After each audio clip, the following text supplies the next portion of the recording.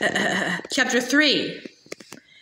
Morning is an important time of day because how you spend your morning can often tell you what kind of day you're going to have. For instance, if you wake up to the sound of twittering birds and find yourself in an enormous canopy bed with a butler standing next to you holding a breakfast of freshly baked muffins and hand-squeezed orange juice on a silver tray, you will know that your day will be a splendid one. If you wake up to the sound of church bells and find yourself in a fairly big regular bed with a butler standing next to you, holding a breakfast of hot tea and toast on a plate, you will know that your day will be okay. And if you wake up to the sound of somebody banging two metal pots together and find yourself in a small bunk bed with a nasty foreman standing in the doorway holding no breakfast at all, you will know that your day will be horrid. You and I, of course, cannot be too surprised that the Baudelaire orphans' first day at the Lucky Smells lumbermill was a horrid one, and the Baudelaire certainly did not expect twittering birds or a butler, not after their dismaying arrival. But never in their most uneasy dreams did they expect the cacophony, a word which here means the sound of two metal pots being banged together by a nasty foreman standing in the doorway holding no breakfast at all, that awoke them. "Get up, you lazy, smelly things!" cried the foreman in an odd-sounding voice. He spoke as if he were covering his mouth with his hands. "Time for work, everybody! There's a new shipment of logs just waiting to be made into lumber." The children sat up and rubbed their eyes. All around them, the employees of the Lucky Smells lumber mill were stretching and covering their ears at the sound of the pots. Phil, who was already up and making his bunk neatly, gave the Baudelaires a tired smile. "Good morning, Baudelaires," Phil said, "and good morning, Foreman Flacatono. May I introduce you to your three newest employees? Foreman Flacatono, this is Violet, Klaus, and Sunny Baudelaire." "I heard we'd have some new workers," the foreman said, dropping the pot to the floor with a clatter, "but nobody told me they'd be midgets." "We're not midgets," Violet explained. "We're children." "Children, midgets, what do I care?" Foreman Flacatono said in his muffled voice, walking over to the orphan's bunk. "All I care is that you get out of bed this instant and go straight to the mill." The Baudelaires hopped out of the bunk bed, not wanting to anger a man who banged pots together instead of saying good morning. But once they got a good look at Foreman Flacatono, they wanted to hop back into their bunks and pull the covers over their heads. "I'm sure you have heard it said that appearance does not matter so much, and that it is what's on the inside that counts. This is, of course, utter nonsense, because if it were true, then people who are good on the inside would never have to comb their hair or take a bath, and the whole world would smell even worse than it already does. Appearance matters a great deal, because you can often tell a lot about people by looking at how they present themselves.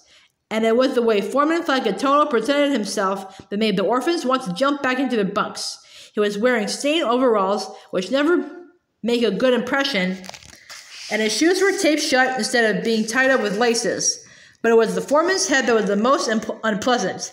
Foreman Flacatono was bald as an egg, but rather than admit to being bald like sensible people do, he had purchased a curly white wig that made it look like he had a bunch of large dead worms all over his head.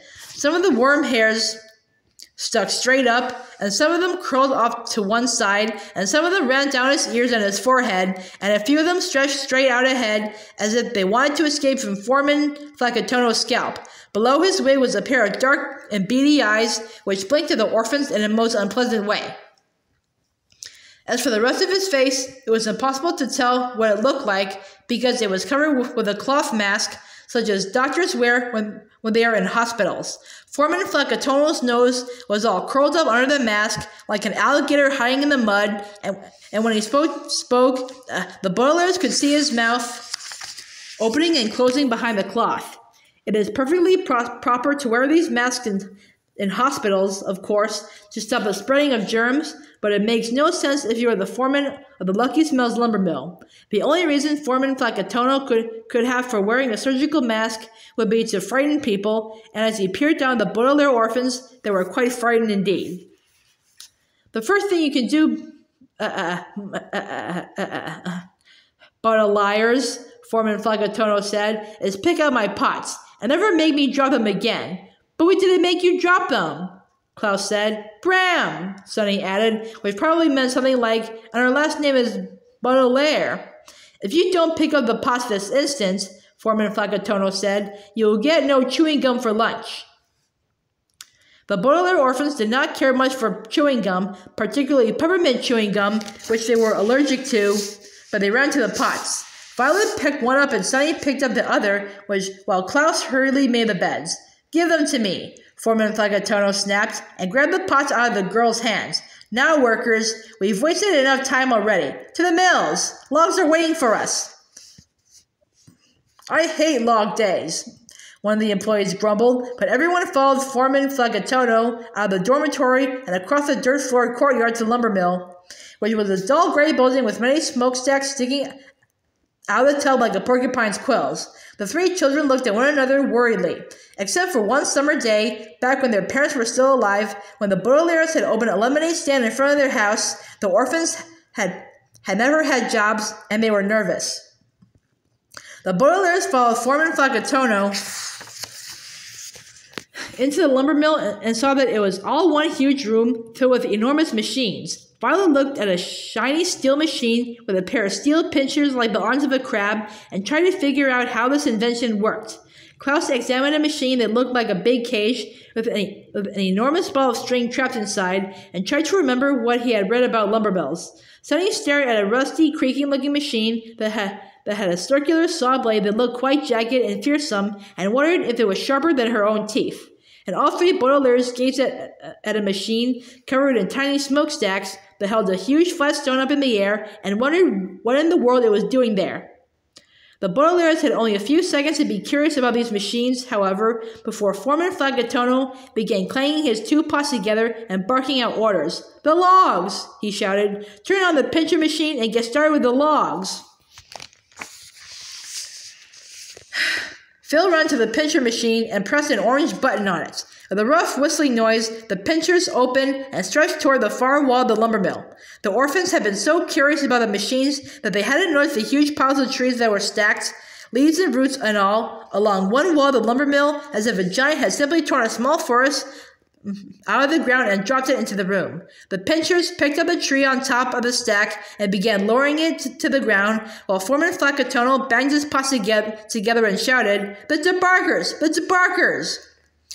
Another employee walked to the back corner of the room, where there was a stack of tiny green boxes and a pile of flat metal rectangles as long and as thin as an adult eel. Without a word, she picked up the pile of rectangles and began distributing them to the workers. "Take a debarker," she whispered to the children, "one each."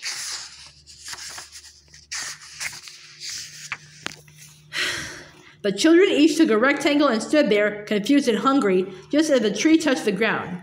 Foreman Flacatono clanged his pots together again, and the employees crowded around the tree and began scraping against it with their debarkers, filing the bark off each tree as you or I might file our nails. "You too, midgets," the foreman shouted, and the children found room among the adults to scrape away at the tree.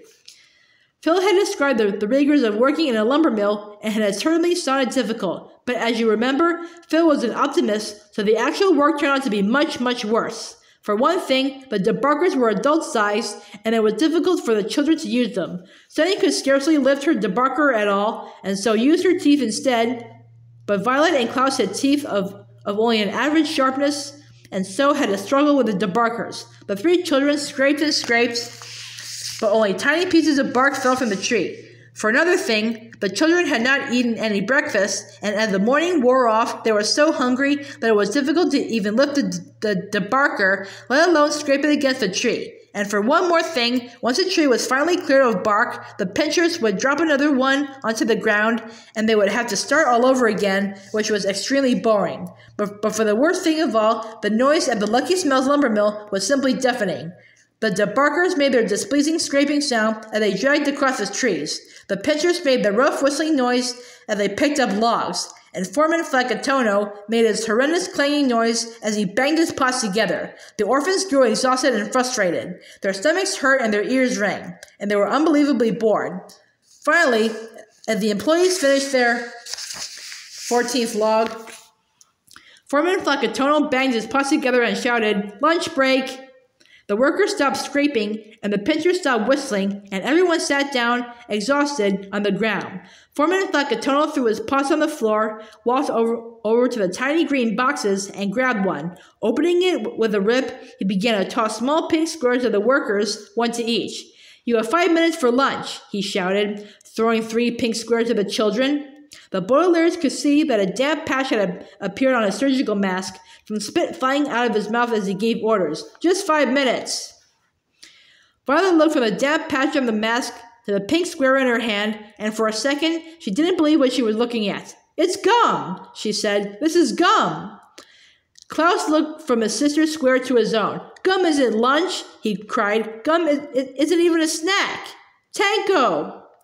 Sunny shrieked, which meant something along the lines of, "And babies shouldn't even have gum because they could choke on it." "You better eat your gum," Phil said, moving over to sit next to the children. "It's not very filling, but it's the only thing they'll let you eat until dinner time." "Well, maybe we can get up a little earlier tomorrow," Violet said, "and make some sandwiches." "We don't have any sandwich-making ingredients," Phil said. "We just get one meal, usually a casserole, every evening." "Well, maybe we could go into town and buy some ingredients," Klaus said. "I wish we could," Phil said, "but we don't have any money." "What about your wages?" Violet asked. "Surely you can spend some of the money you earn on sandwich ingredients." Phil gave the children a sad smile and reached into his pocket. "At the Lucky Smells lumbermill," he said, bringing out a bunch of tiny scraps of paper.